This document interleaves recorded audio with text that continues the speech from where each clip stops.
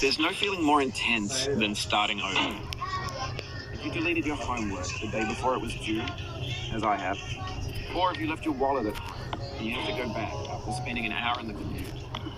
If you won some money at the casino and you put all your winnings on red, but it came up. بدأ شو لمسر خلاص بد. If you got your best shirt dry cleaned before a wedding and then immediately dropped food on it. If you won an argument with a friend and then later discovered that they just returned to their original view. Starting over is harder than starting up.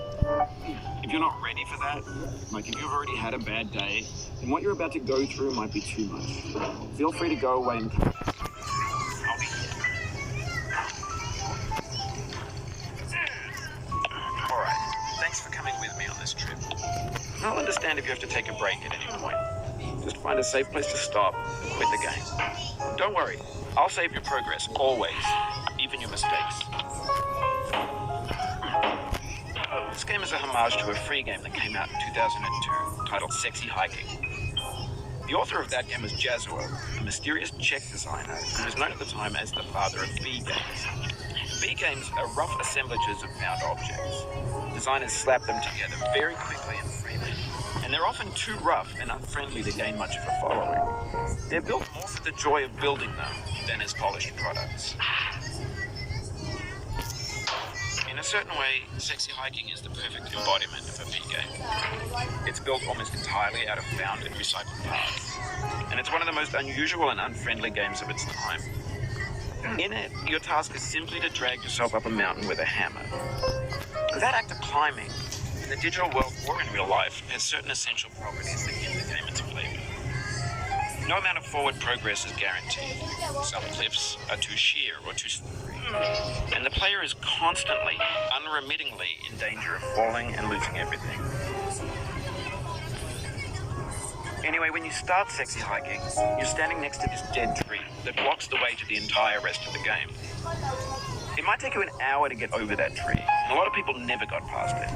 Prod and poke at it, exploring the limits of your reach and your strength, trying to find a way up and over. And there's a sense of truth in that lack of compromise. Most obstacles in video game worlds are fake.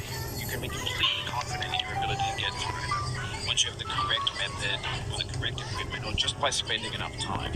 In that sense, every pixelated obstacle in Sexy Hiking is real.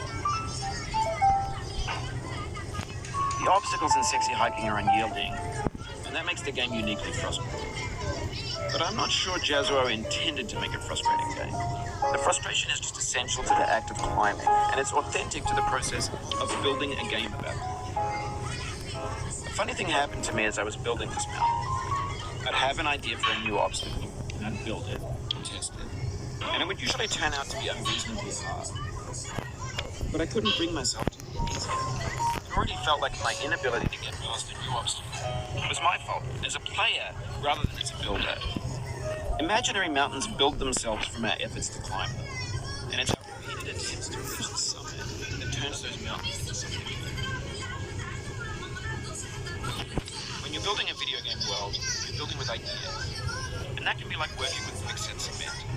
You mold your ideas into a certain shape that can be played with, and in the process of playing with them, they begin to harden and set until they're immutable like rock.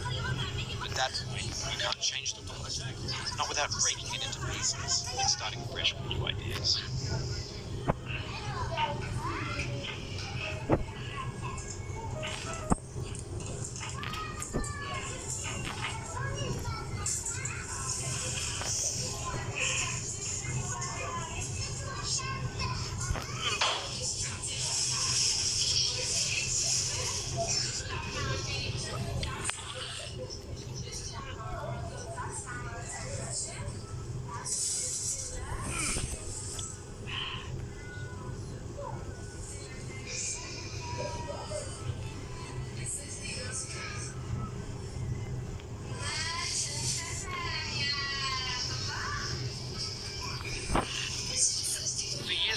People have been predicting that games would soon be made out of prefabricated objects, bought in a store and assembled into a world. For the most part, that hasn't happened, because the objects in the stores are trash. I don't mean they look bad or that they're badly made, although a lot of them are. I mean, they're trash in the way that food becomes trash as soon as you put it in the sink. Things are made to be consumed and used in a certain context. And once the moment is gone, they transform into garbage. In the context of technology, those moments pass by in seconds. Over time, we've poured more and more refuse into this vast digital landfill that we call the internet. It now vastly outnumbers and outweighs the things that are fresh and untainted and unused.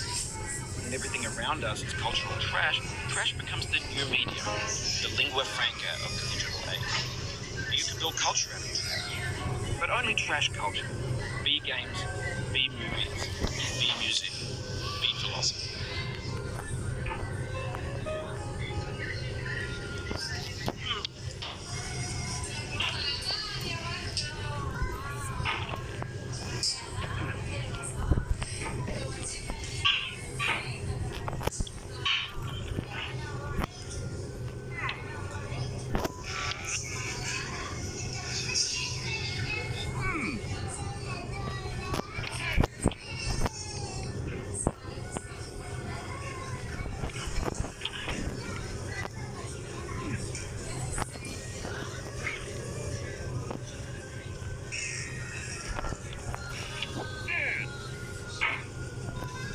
Oh, you just lost a lot of progress.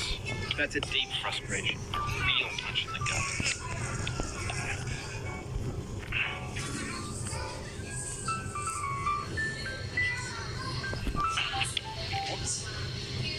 Oof, sorry about that.